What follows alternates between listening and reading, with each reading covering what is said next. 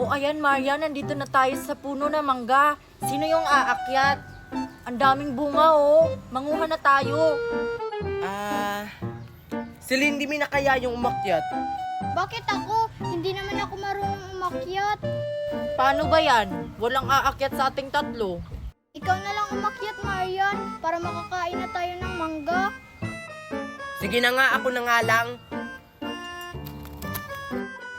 Hay, salamat. Makakain na rin tayo ng mangga. Damihan mo sa pagkuha, Marian, ah.